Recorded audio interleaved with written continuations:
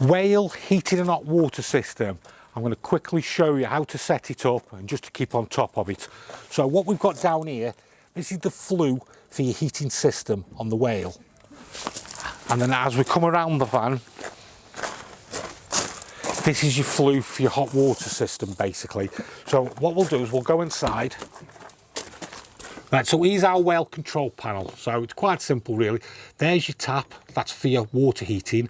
And there's your picture of your van, that's for the heating system. So here's how we do it. If we want the hot water on, we just press it and we go into 2 kilowatts of electric. We can have it on gas only, gas and electric 2 kilowatts. And then if we go back here, we've got 1 kilowatt of electric, 2 kilowatts of electric. So we can either use gas or electric or a combined of both. And then for our heating, same again, we'll click it on, we can go into gas and electric.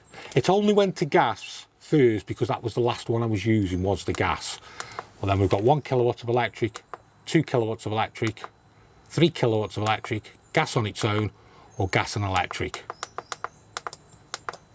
And then the way we do the temperature for the van, we just press the little plus.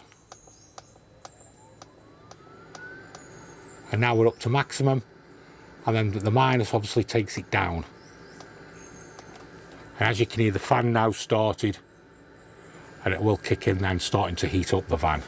Now with your heating system, whether it's a Whale or any other system, what I would recommend doing, and it's a quick and easy thing to do, quick job to do, is when you're not using the van for a week or two, or even when you're not using it through winter, is always drain down the water heater. Now let me show you the water heater here. There's your water heater at the back, and we've got the pump here for the van. Now you see here on the Whale, this is a yellow lever. To drain the water heater down, we just lift it up. Now the pump has kicked in because we have got the pump on, so it's automatically filling up the system. But when you're not obviously draining down and not using it, obviously you would be turning the van off, and then you just lift that up and that'll dump the water out the water heater. And then what you can do is open all the taps, so if there is any water in there and it does freeze, it's got somewhere to go basically. But yeah, always get into the habit of draining your water heater down. So there's a quick, simple basics of just keeping on top of your van. Just drain your water heater down, and whether it's the Whale, whether it's the Truma, one, it's good habits to get into, so then you're not forgetting at winter time, and also it just gets rid of stagnant water. So don't forget, drain your water heaters down.